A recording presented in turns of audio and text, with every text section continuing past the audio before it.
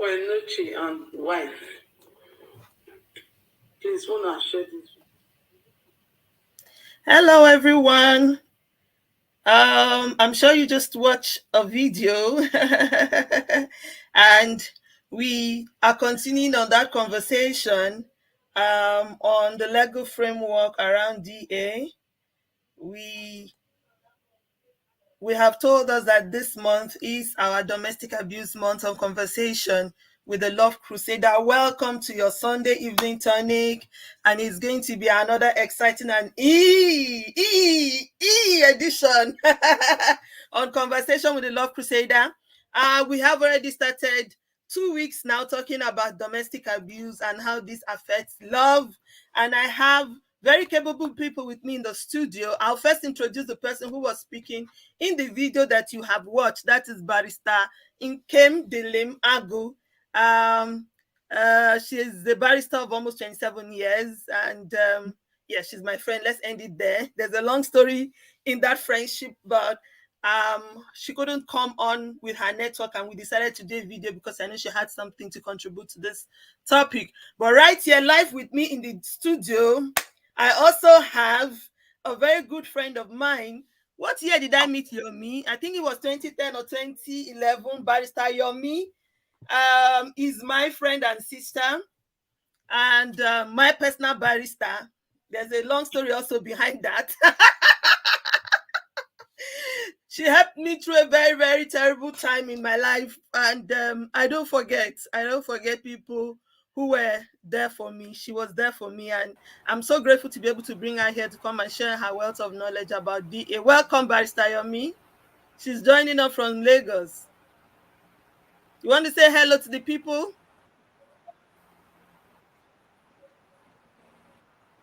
Hello, Yomi, can you hear me? I see you're smiling, but you're not responding. Can you hear me? Okay, all right. The other couple, as you can see, there is the officer. I like to call him officer. Officer Isaac Bello Sage is here. Don't worry, it's not a police officer. We're not here to arrest anyone. And he's married to the beautiful barrister Egosa. So you see, it's a barrister thing today. And we also have an officer. Even if he's not a police officer, he's an officer. So if anybody try us today, this platform, we are ready. Don't worry, we're not scared. Welcome, barrister and officer Osage. Welcome, Yomi. Let's jump into the topic because Barrister Nkem has already given us, like a foundation to what we are talking about. In this part of the world where I have found myself now, there are a lot of clear rules and clear laws about domestic abuse. There's a lot of awareness about domestic abuse. There's a lot of, would I say, consciousness around domestic abuse. So when we're talking about the legal framework, I'm not really looking at us talking about. We want to concentrate on Nigeria. Let's just talk about. Let's make it clear. So because back home in Nigeria, I used to hear a lot of people say, "Oh, the police will not do anything about it. Nobody will. Who will ask you? Waiting. It's a family matter. Now go set one. Something like that." So this is the reason why we want to bring out the legal framework for people to see and know that there are legal framework that can protect and that can cover them. So, but before we jump into it, I would like a definition of domestic abuse. By Stegosa, you want to give us a definition, legal one now, of domestic abuse? Thank you very much for this opportunity. I know that domestic abuse it's not been an easy topic, especially in Nigeria, with the way things have been going on and everything happening. Well, first of all, before you talk about domestic abuse, there's violence, and violence means is a hello, can you hear me? I hear you clearly. Okay, it is the use of physical force to, when with intention to probably injure, to damage, or to destroy. So having that at the back of your mind that, okay, for somebody to have this intention to destroy, to damage, or to, to abuse or to injure someone or something, then domestic abuse comes in. Now we'll talk about what domestic abuse is. Is that it refers to abusive acts committed by one family or household member against another, such as you have against another, such as spousal abuse, you have children abuse. Domestic abuse can also refer to physical harm or behavior that is controlling, coercive, and is life-threatening, actually threatening when it comes to the physical aspect. And domestic abuse can occur in any kind of relationship whatsoever, whether you are married, you are in a relationship, you are single in a relationship, maybe in the gay community, it also happens. Siblings, when you are dating, it happens. So basically, domestic abuse can come in, can happen to anyone. Anyone can be a victim of domestic abuse. Thank you. Okay, officer, not legal now, just your own idea of what you think DA represents. Okay, yeah. Good evening, everyone. So happy to have this opportunity to share my knowledge with the world. My wife has already said most of it because we did a joint revision and knowledge to. She has already said, but to my own understanding, domestic abuse, like she said, can take place in-house between couple, even between siblings, brothers and sisters. They can abuse themselves. Something that is very is happening. The occurrence is happening a lot in Nigeria, but it's something that we really frown upon. We don't encourage it. It's really a terrible thing. It's just a way to is to an act to abuse or cause harm to someone you're in a relationship with. I'm just stop there. All right, that's okay. Thank you so much. Barrister Yomi, can you hear us now? Hello? She didn't unmute herself. Yeah. Yomi? Hello? Yeah, I'm here. Oh, good. So, your views on domestic abuse generally before we go into the legal terminologies. Okay, so I think everybody has said pretty much what domestic abuse is. And I think that um obviously it is prevalent in the home. Of course, over the years it has been more of the women being on the receiving end of the abuse and the violence. Um, but I think in recent times we've also seen that um, men could also be abused. And just like Mr. Sage said a few minutes ago, you could also have abuse between parents and children, between siblings, between parents and domestic helps. All those fall within the domestic setting, and so they all are some form of domestic violence or the other.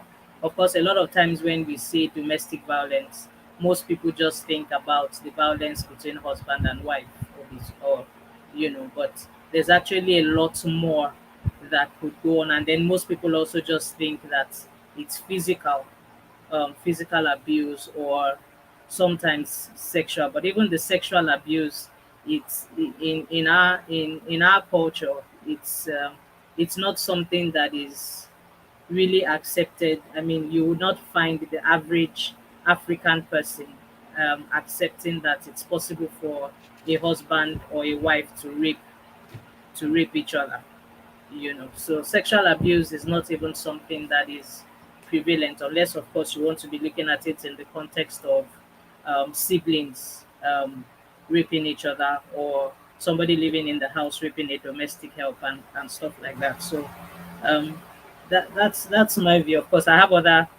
Um, I look at domestic violence, or maybe the solution to it from a slightly different perspective, but I would allow us to get to that point. Get to that point. Okay. Yes. Thank you so much.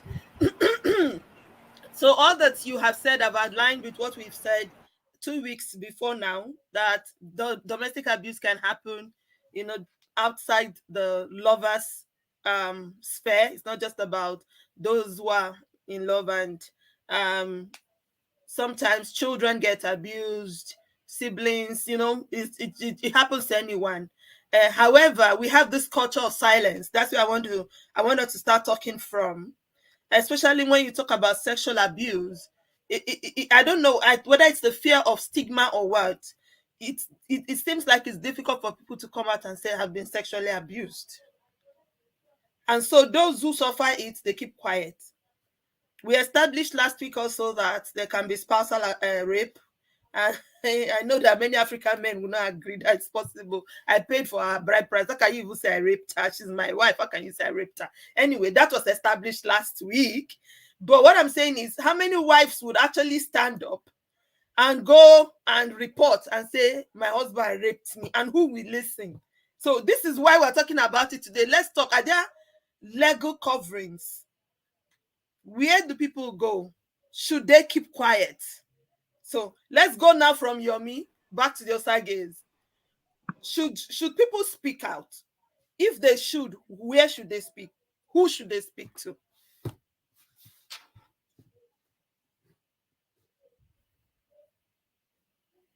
Barrister Yomi, we're waiting for you. Oh, right. Yes. Okay. You first and then your Osages, yeah. Okay. Well, like the earlier speaker had talked about, the VAP Act. Yeah. And the VAP Act, to a large extent has done a good job of being able to capture quite a number of it has about 25 or thereabout offenses under that act, of some form of violence or the other that could be perpetrated against one Sorry, let another. me cut you. When we say VAP, are we saying VAP? Yes, the Violence Against Persons Prohibition Act of 2015. Good, thank you. All right, good. Go on. So, so that act has provided, a few offenses. Now, of course, rape is one of them. However, it's not clear if a wife can, rise up and say, I was raped by my husband. I mean, let's even look at rape outside the context of a husband and wife. It's difficult to prove. To prove, yes. Rape outside the context of a couple is difficult to prove. How then do you want to prove it? How much more in the instance of a couple? So, and usually, if at all it ever happens, in a couple, I would think that there were other issues that had arisen before it got to the point where either the man or the woman was raping the other. And because those other things were not looked at or dealt with, it now deteriorated to the point of one person wanting to call it rape. But then again, I mean, what a rape is basically having sexual intimacy with somebody without their consent. So if you want to look at rape with that definition between husband and wife, it's likely to happen more times than we would like to accept. I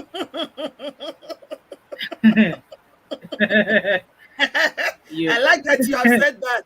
So it's happening a whole lot, but nobody's talking about it. Go on. Exactly.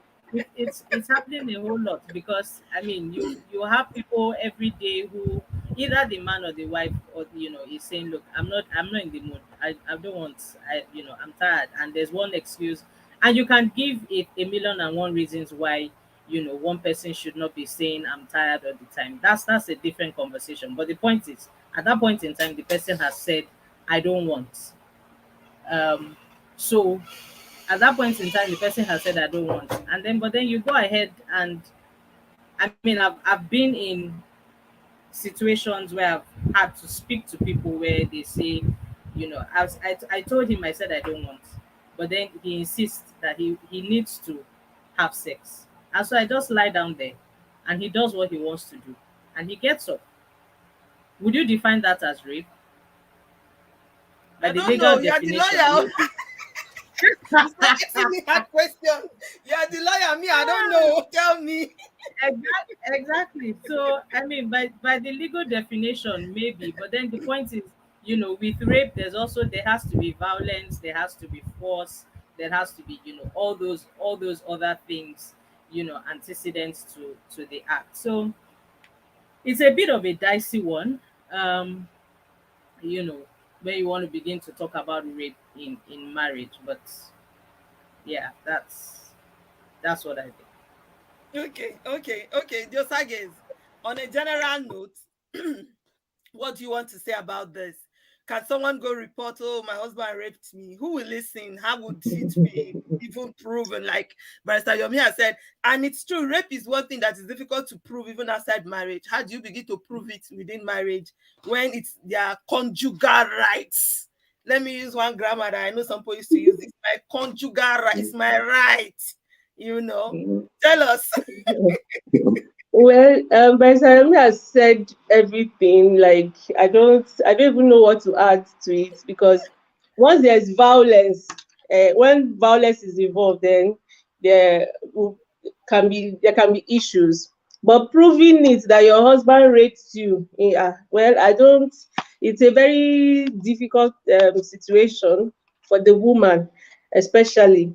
So say, okay, you go and report, go to court, and you be like, my husband raped me, he has been raping me. I don't know it's actually his right to sleep with a woman, but rape coming in, it's a different ball game. But for me personally, once you can establish that violence is involved, then that can be taken up. Because in the BAP Act section 28 sub 1, let me just read it. I said, provides that a complainant can apply for a protection order that would be effective throughout federal Nigeria if granted. Violence includes any acts or attempted act that causes or may cause any person physical, sexual, psychological, verbal, emotional, economic harm in private or public life, in peace, time, and in conflict situation. So this applies to probably everybody, husband and wife, in any situation, rape, as long as there's violence. So I believe that once it comes to that, it can be taken care of in court, and you know, the woman can have a say. Let me throw this question to the officer. Like I said, I know it's not a police officer, but let me throw it to him. So we have the laws. Why is it then that when someone goes to the police station to say, I'm experiencing domestic abuse or have been abused, the police would say, in most cases in Nigeria, it's a family matter. I'll give you a very good example. Someone I know very close to me. A man went to the police station because his wife broke his head. And he had the blood and everything on him. And then he went to the police station to report that, see, my head, this woman broke my head. And then the policeman started looking at, are you well? So you came to tell us. You want us to come and beat your wife for you. So you can't beat your wife. What kind of man are you? You don't have shame. You are coming here to report your wife to us. My friend, get out. So they chased him away. And I'm telling you, the guy went back home to revenge and ended up breaking the wife's head. Both of them. Wow. Why do we have such situation when we have a law that can protect? Why does it look like the law is not being enforced? Okay, first and foremost, I want to talk about the example you just gave. Unfortunately, that's Nigeria police for you. I know it can't happen over there. Yes. If you take that kind of case to the British police, I know they will handle it properly and they will look into the Woman's Act. Then to your question proper, why they don't look at it in total is because, like it was said earlier, rape is difficult to pin down and say, okay, yes, you did it. But I'm not just talking about rape now. I'm talking about domestic abuse generally. You know, like you say, oh, husband beats me or my wife beats me. Can I go and report? The worst would be like emotional abuse. Because Yes. I'm very sure that if they can see you bleeding and not take action, if you even go Yeah. and tell them I'm psychologically sick and mentally sick because of the way this person verbally, would they even listen? I They know. will I even mean, listen to you. Honestly, it will so be we're very saying. difficult So, because when you take your case to even a counselor, a marriage counselor, it's very difficult for the person to filter who is saying the truth or is not saying this because both parties are speaking from different perspectives. So taking that kind of thing to Nigeria police is even very, very, very difficult for them to solve the problem all right. But without proper evidence. that brings me to the almighty questions. Where should victims of abuse go? Lawyers, tell us.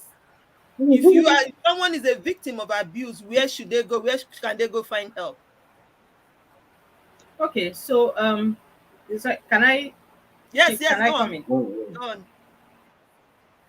on. Before I answer that question, the VAP Act has, like we've said, it's done a good job with giving these provisions. And in fact, when I read the act, I was actually quite surprised that it covered psychological abuse. But then, talking about the example you just gave, how many policemen know the meaning of psychological abuse? That's all right. Or even know that VAP Even exists. the people, Of course. even even the people who wrote the act themselves, how many of Hmm. them know what psychological abuse is? And a lot of, like I said, a lot of people focus on physical abuse, but physical abuse can cause further damage. But a lot of times it's instantaneous. It's bodily harm, it's body injury. It's over a period of time that it begins to probably weigh down on the person's emotions. But emotional abuse from the onset messes up with the person's whole persona. The person cannot function normally when a person is being emotionally abused. But nobody gives attention to that in our culture, And it, when you ask about where can victims of domestic abuse go, they need to find people who are skilled in counseling or in therapy to help Hmm. them through the situation. Okay. I don't think our system is developed enough to actually take domestic abuse the legal way, because yes, the laws are there and we have so many laws in Nigeria. In fact, a colleague of mine, and she's my friend, we were just talking about it last week about the fact that there are so many laws in Nigeria and you will not even know that something that you do tomorrow, there's a law that covers it. But how many of these laws are being upheld? How many of these laws do you see actually being put into use? You might sue based on that law, and your case can be in court for the next 5 years. So Hmm. somebody who is going through domestic abuse, and you have a problem of when you have a case in court, everybody has to maintain status quo. Hmm. So you maintain status quo, you cannot leave the place where you are being abused domestically until the case is finished, unless the judge, in his wisdom, decides to separate you or you get a protection order as the VAP Act, provides for, so that you can be taken out of that premises at that time. But I think that victims of abuse need to get therapeutic help. They need counseling. But unfortunately, victims of abuse can only get help through counseling or through therapy when they realize that they no longer want to be in this situation. Hmm. Hmm. Hmm. And that's usually the Hmm. first step. Because a lot of times, a lot of them do not necessarily want to leave the situation. That's the issue. So you have somebody who has grown up with a father who, when she does something wrong, the father slaps her, kicks her, and tells her, I'm beating you because I love you. If that person marries a man tomorrow who slaps her and beats her at Hmm. any slight provocation, for her, It's his expression of love. That's what she Hmm. knows love is. How do you want to tell that woman she needs to get out of that marriage? Hmm. You will be the devil. Before we come there, because that is another major issue, barrister. Wait, I'm coming. Oh break. Oh my God, Barrister Gosa, I'm going to tell you people some things. Tell us, where in your own idea do you think people should go to find help? Okay, Certainly before not I go church. Please to don't mention church. We no. are Christians, but don't mention church. I don't want to even hear that one. I'm sorry, I don't want to hear it. Go on. Well, before I go into places where people can find help, I just want to say that, okay, for a country like a nation like a developing nation like Nigeria, where we have where domestic abuse is A culture. increasing on a daily, yes. So especially during the 2019 pandemic, which actually gave us a very strong eye opener on the realities of domestic violence in Nigeria. Mostly, we have noticed that statistics have proved that women are more of the victims, and then we have children. Though recently we now have the men that are being affected. Yes. So, but luckily and fortunately for some people, like what Barrister Yomi has said, except those who are ready to pull out from such abuse, you can actually seek help. If you are not ready, I still love him, I want to be there, you want to remain in that situation, then you can't find help. Now, nobody can help you actually if you don't speak out. Exactly. So when the person speaks out, he can get help. And from there, in Nigeria, we have different organizations where people can actually go to. We have the popular one that everybody knows, women's what's it called? The International Women Federation of Women Lawyers, the FIDA. The Okay. FIDA.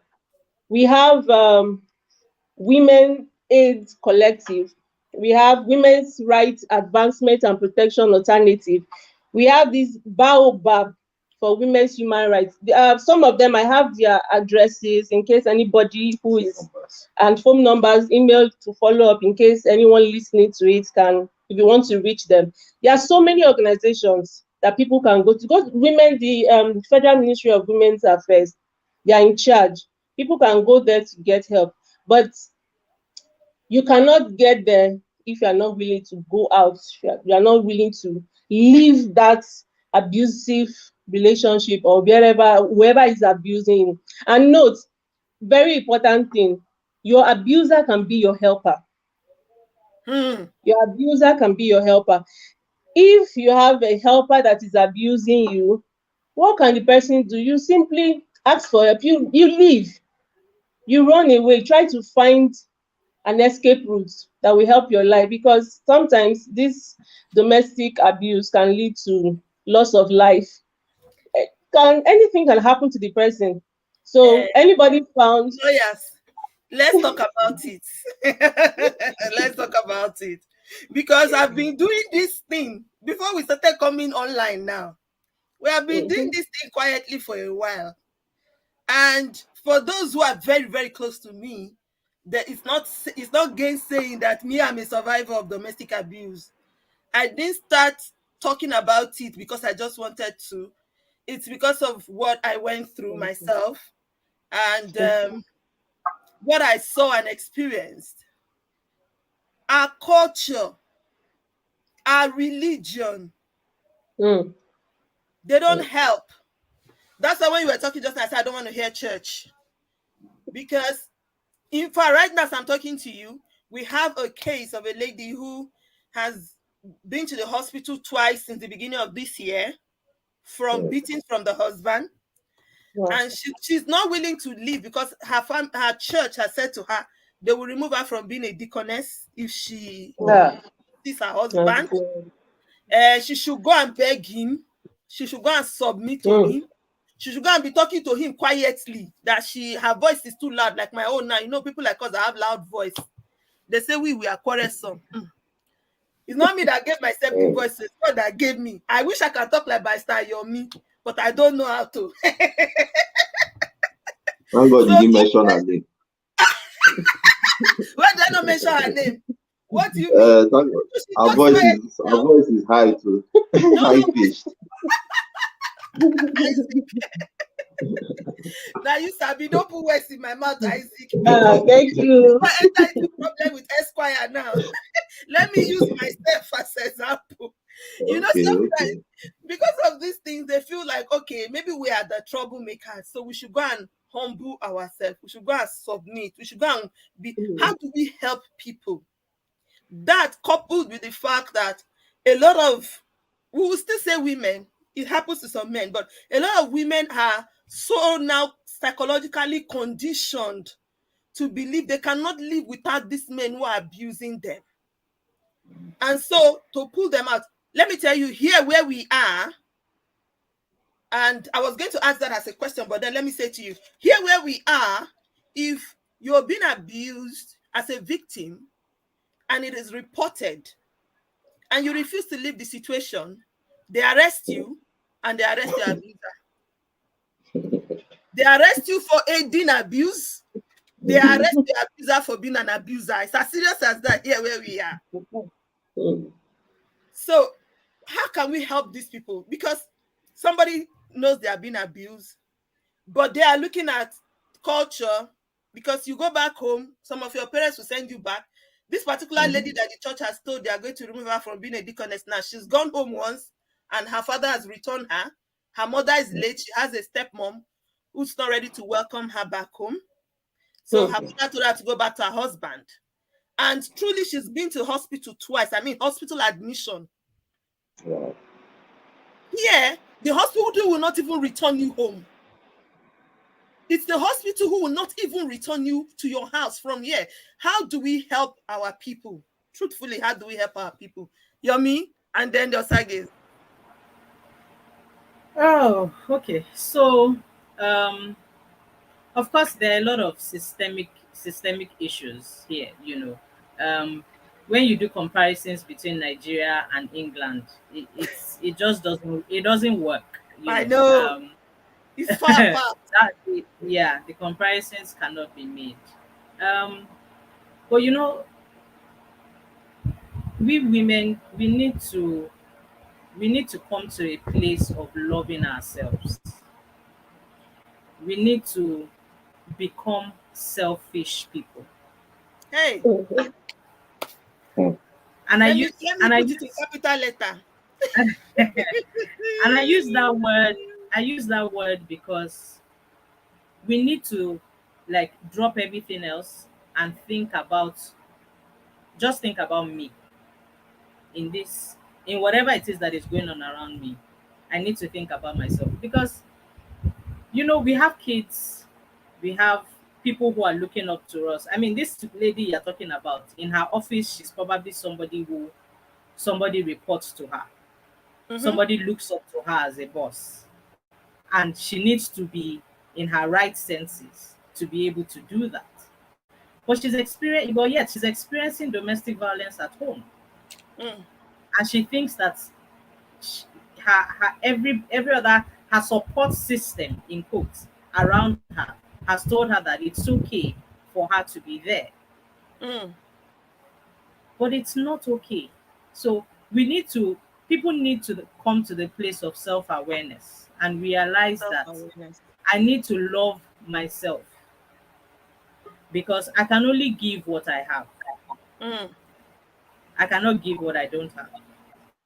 So, you know, it's not an easy thing to do, but it's a lot of mind work. It's a lot of retraining our mind. You know, the Bible talks about, I know you said we should not mention church. No, go on. No, I didn't say don't mention the Bible. Oh. I only said don't mention church. Okay. The Bible is my life, please. Okay, so, you know, the Bible talks about us being transformed by the renewal of our minds. Our mind, exactly. And, you know, in the last in the last 6 weeks of my life, I've come to realize that there are so many things that are there in the Bible that we just quote, but we don't really live the essence of that word. So if the Bible says that I should transform my life by renewing my mind, My mind. it means that whatever it is I can see in my mind's eye, that's what is going to happen in my life. So these people who stay in abusive homes, if they continue to see that they cannot be any better unless they remain here, that's how it's going to be. Unfortunately, like Barrister Osage said, unfortunately, if you do not even stretch out a finger, you don't even need to stretch out your whole hand. Stretch out a finger to say, I need help. And not to the wrong people, to the right set of people. So I like the fact that you said don't mention church, because unfortunately, church has been largely disappointing when it comes to this issue. True, I agree. But trust me, there are counselors, there are therapists, even here in Nigeria, Good. who, if you just say, I need help, they will pull you out. So the first thing is the people who are in there, they need to first become, they need to become more self-aware of who they are. And then, because in as much as we are saying that, look, there's help, there's help, somebody can sit in their house and say, look, there's nothing wrong with me. Case in point, the lady the gospel singer who died a few months ago due to domestic violence. And of course, there were so many stories, related to that. But I know one thing that I kept hearing was the fact that even when people walked up to her and said, babe, this situation, you cannot remain here. No, she would give excuses for the guy. The honest truth is, if that lady was alive for me to have a conversation with her, I would not be surprised if she grew up with an abusive father, and who made her realize that that's the way love is. And so for her, that was the definition. So people need to become more self-aware, and it's a mind, the moment we can see it the moment I can see it in my mind, if I can see it in my mind that I'm going to leave this situation, I'm no longer going to be here, it will happen. But if you cannot see it, if all you are seeing is that, no, this is the best that can ever be for me, this is the best situation I can ever find myself, that's what's going to continue to happen. So people should reach out. Okay, Barrister Sage, is living the only solution? Because sometimes now I have people who now see me as a campaignist or campaigner for divorce and campaigner for separation. In fact, as far as some Christians are concerned, me, I've backslided. It's not that I care really, because I'd rather save lives, than have a good name in front of people who don't know better. But is living actually the only solution? Can it be remedied? That question is a very serious one. When life is involved, when your life is threatened, I don't see the reason why the person has to remain there. They beat you every day, you go to the hospital and admission. What are you doing there? Just if you die, I don't understand. Life goes on for the other person. Okay, what if they're not really beating me, but Okay, they verbally abuse others. me? Hold on, they are verbally abusing me, threatening me. I will deal with you, I will show you, I will finish you, you will die, stuff like that. But the person's not beating you, or the person's body shaming you. Oh, look at you, you are fat, you are or there, you can never do anything, stuff like that. Things that really affect someone's psychic. And this person is saying, I'm being abused. This one is even the one that is difficult to prove. Can such situations be remedied? can we say life is actually at stake at that stage? Yes, sometimes not really, but since we already have established that we have verbal abuse, yes, this happens a lot. You hear a lot of damaging words from your partner, which can affect that person. You know, when they call you fat fool, you can never see your mates. You know, those things are very damaging to the person. But I would me like I wanted to say. I said I was thinking, or my position is getting a good counselor, not just counselors that you take advice from anywhere. A very good counselor that can counsel both parties, and so, because I'll give you an example. Like, there's a couple that we know every day. We can be watching them as a movie every day. It's very embarrassing. This one, they don't even hide it outside, you know. And they have a grown up, not like a 4-year-old child who sees this thing they do. If they come outside, people don't even separate them when they fight or when they quarrel. They call each other very silly names, say very hurtful words to each other. And then you see the daughter sometimes when she was a bit little, you see her, she'll be shouting, "Mommy, stop, Daddy, stop." But I gave birth to my child, and she has gotten to a year plus, and she started playing with this girl. We started hearing from the child of this couple. We're hearing she's telling my child, "They are playing, oh, what is wrong with something wrong with your head?" A child of 4 years old telling another child, "Is something wrong with your head? There's something must be wrong with you. Why are you behaving like somebody?" You know, the kind of things that come out from her mouth, the thing scares me. So I told my husband, I don't think I want my child close to these people. Yes. So, and I've been trying to separate. Okay, hold on. Now, this is another challenge that we have. I know we're not comparing England and Nigeria. They are too far apart. However, but if he was here, you, as a neighbor to those people, you would have a legal responsibility to report what is going on in their family. This is what makes it so. I don't know whether it's awareness that we need to create more in Nigeria and how we can go about creating this awareness. I really want people to understand that it's not okay. It's not okay, you know. The truth is, everybody has a duty to do something about whatever they see their neighbor going through. If you see a home that is facing domestic abuse, if it's life threatening, it's your duty to report to the authorities. You have to report. Like this scenario, my husband, we had to take the matter to the church. We're like, okay, because we know that they don't go to church. I said, okay, maybe that's one of their issues. So we're like, let's try to bring them to church. But we realized that both parties are not even willing to even go to the church or to listen to anybody, counselor. So they have been living their lives like that. But sometimes she tried to get opinions from me. So my own is, I would like to say, right advice can also help. Getting the right advice, taking them to a proper counselor that can help. Duty of people, you report, you advise them, express concern. When someone shows concern towards your situation, you should know that somebody is actually noticing something is wrong in my home, so I should do something.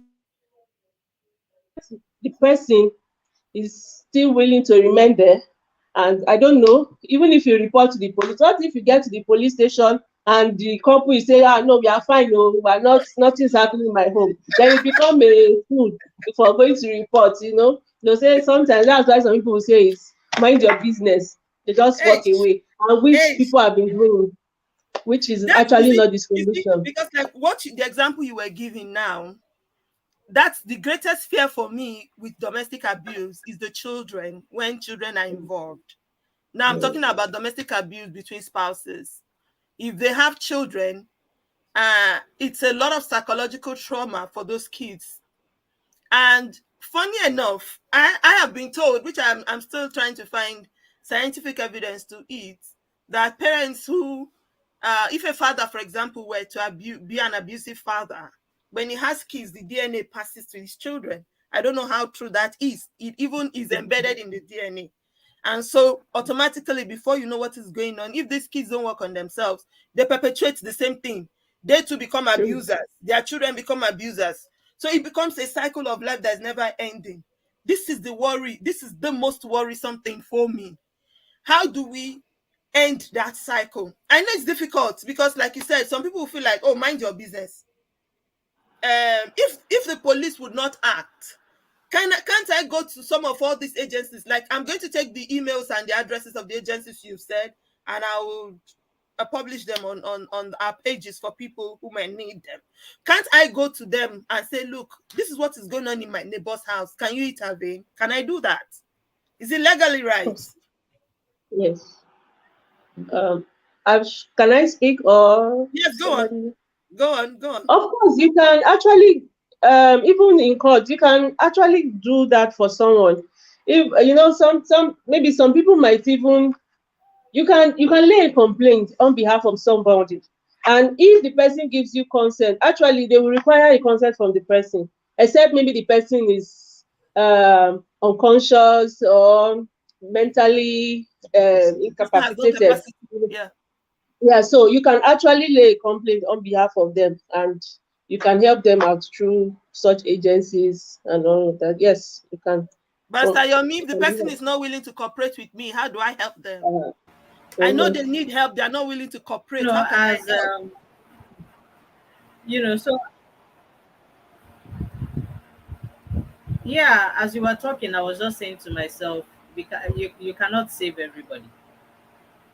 And I think, yeah, it's the truth. And I think that's the good place for us to start from, is that we cannot save everybody.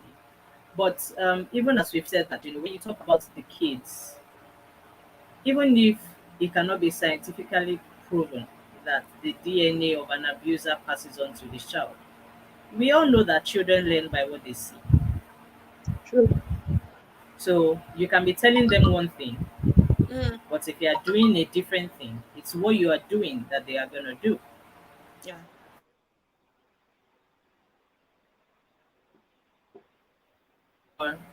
It's and you asked the question earlier, that is leaving the only solution. Yes. I'm going to be dogged about it. It is the only solution. And the reason I say so is because, you see, any form of abuse, any form of abuse has the potential to lead to death. Can't the abuser change?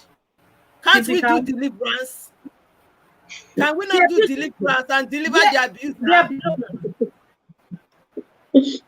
We can do deliverance, but we'll do the deliverance after the victim has left.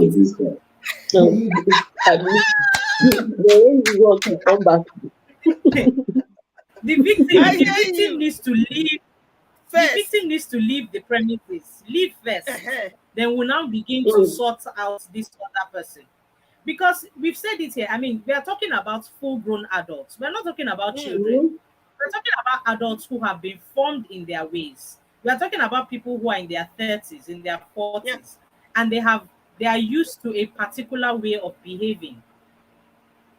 My coming into that house to say, Oga, this thing you are doing is not good, and I come today, I come tomorrow, it's not what is going to make him change. I mean, there are people who abuse their wife. They will beat her black and blue, take her to the hospital, come back, apologize, buy her a gift, say, I'm sorry, it will never happen again. And the same thing will happen an hour later. Of course.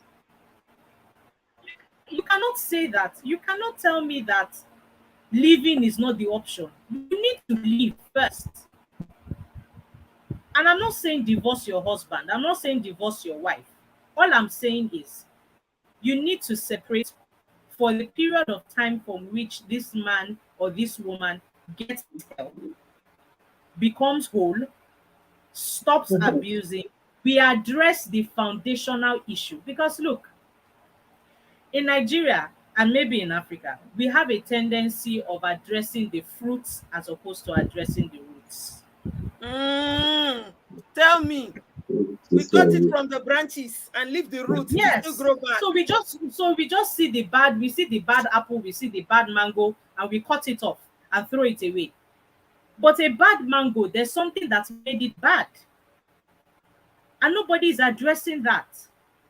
You know, in recent times, I've been saying that, you know, we have a lot of men, check out our boys that we are training. I don't know if we all have sons here. When we are training boys, and the boys at a young age, maybe when they are 7, 8, and any little thing, they cry. And you hear people saying, why are you crying? Toughen up now. You are a boy. Be a man. I have a 6-year-old son, and he's very emotional. At any little thing, my son cries. And there were people around who live around us, and they say, why are you crying now? I say, there's nothing like toughen up. There's nothing like be a man. I say, if he wants to cry, let him cry. We can now talk about the issue why you are crying. But that he should not cry because he is a boy, I don't want to hear that line. But unfortunately, that's how our boys are brought up. So they become men who are hardened. And you have men who are experiencing tough situations. They are breaking on the inside, but they cannot cry. They cannot reach out for help. I was going to come and to so that the only point. place that they can unleash this thing that is going on It's on the inside next them person they see. is on the I was next going to come to person, that and point. that's their wife. Let officer help us because he's a man. This is one of the major reasons I brought him here. Because we've seen some videos that have trended this past maybe 1 year now. Some women will come and say, we should teach women to control their mouth. We should teach women to control the way they behave. Is it really true that women are the ones provoking these men? Because they say women, is the way they talk that makes, the man to beat. The man is not supposed, yes, the man might not want to beat, but these women, they provoke. So what do you have to say? You're a man. As a man, be very, very, yes, as a married man also. Okay, you already said most of it. Women are the ones doing most of the provocation, like you said. But by the special grace of God, I've never laid my hand on my wife, no matter how provocating she has been or she will be in future. By God's grace, I will never lay my hand on her. I want to share a scripture. 1 Peter chapter 3, verse 7. Like what Peter said there, he talked about husband loving your wife, them as the weaker vessel, Bearing with them with understanding. That understanding is very important. Although it's not easy to understand women. We see most of these books, they say to understand a man is like this, for women's own, the volumes are with many volumes. But understanding the fact that woman is a weaker vessel. My Bible talk, I'm not you. A woman is a weaker vessel. So women, when I see, like, my wife was talking about her neighbor having altercation with his wife. When I heard the way he was handling things with his wife, I said to someone, I said, this is not how you're supposed to handle a woman. You don't talk to a woman like you are talking to a fellow man, that you have strength, you guys want to go hand in hand. No. With understanding, you know that, okay, she's a weaker vessel, even if she's emotional and there are a lot of outbursts coming out from the mouth. She might not even really mean that, just maybe because of how upset she is.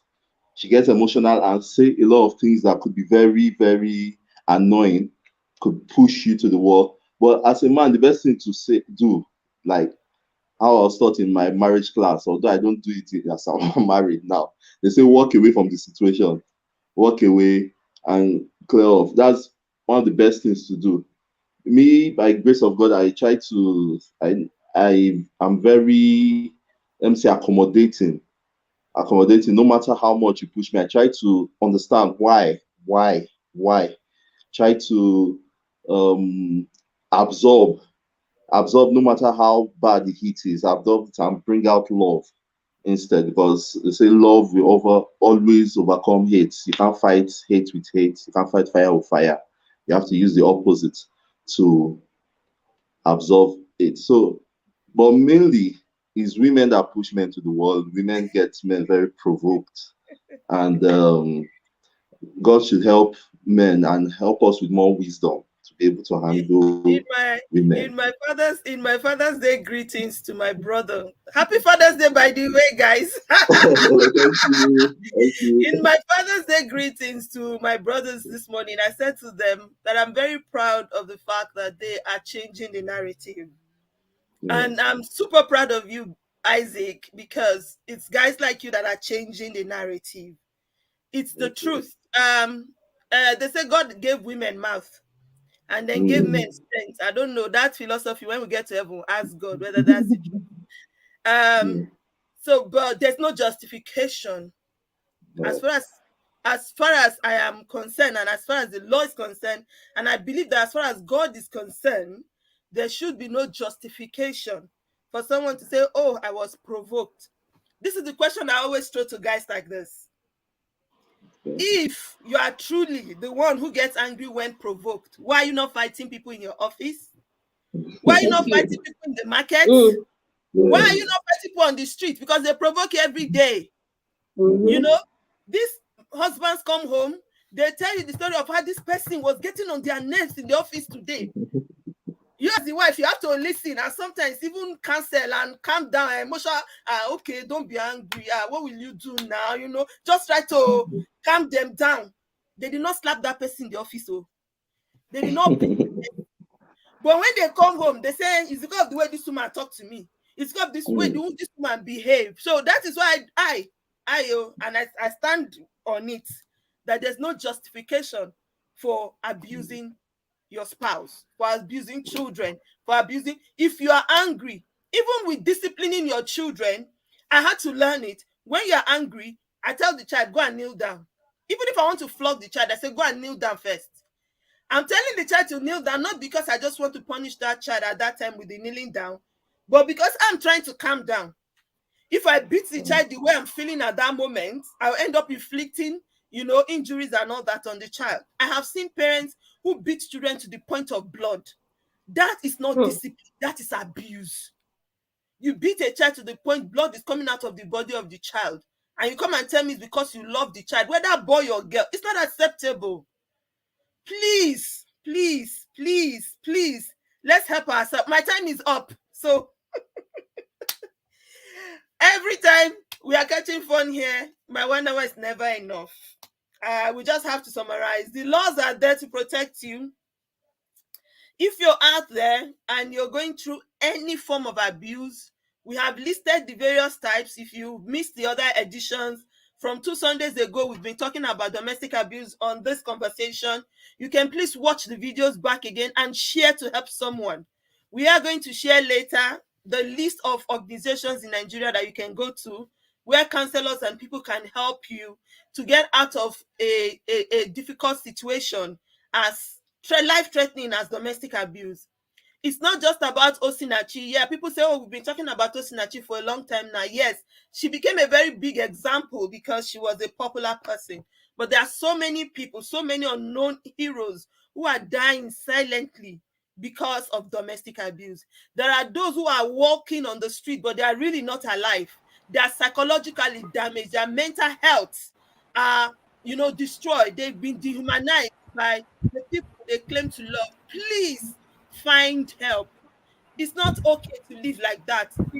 God in heaven did not create you to live like that. God has created, he said he has given us everything that pertains to life and godliness for us to enjoy life on earth. That has been God's ultimate purpose.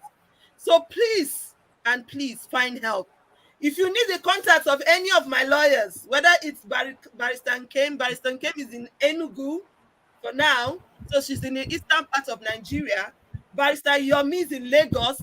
She is in the western side of Nigeria, be south, west Lagos, west, anyways. Southwest, yeah. Barrister Egosa is in Abuja. She's in the central part of Nigeria. If you need any of their contacts, you want to talk to them outside this program, please reach out to me. There's a WhatsApp number connected to Men Fences on Facebook. You can reach out to me via WhatsApp and I'll get you their contact so you can find help. Please don't die in silence. Let's create awareness wherever we are. Every one of us can do it. Talk to people. Don't just look the other way while someone is dying. Report, talk, find help, give this person help. Oh, you want to pray for the person? Say, oh, let me mind my business. I've been praying. Remember, faith without works is dead. There is the role of faith and there's the role of works. We will pray and we will support the person. In fact, if he requires deliverance, like Barrister Yomi said, we will separate you people first and we will do deliverance for each person separately. When you people are not delivered and well, you can come back together. Thank you so much for coming on this platform. I truly, truly appreciate you, Barrister Yomi. Thank you, Mr. Egosa. Thank you, Officer Isaac. So Thank happy you. to have you all here. Thank you so much. God bless you. Okay, thank you everyone who has joined us. This is where we'll stop for now. We're coming back next week and we'll continue this topic. And I promise you, if this 1 month is not enough, I don't mind continuing it next month. I want us to deal with the issue of domestic abuse as much as this. Just playing my own part in creating awareness as much as I can. And sharing this video might help someone also. You are doing your part and you're creating awareness. Have a love-filled week, people. Thank you so much for joining us. See you next week.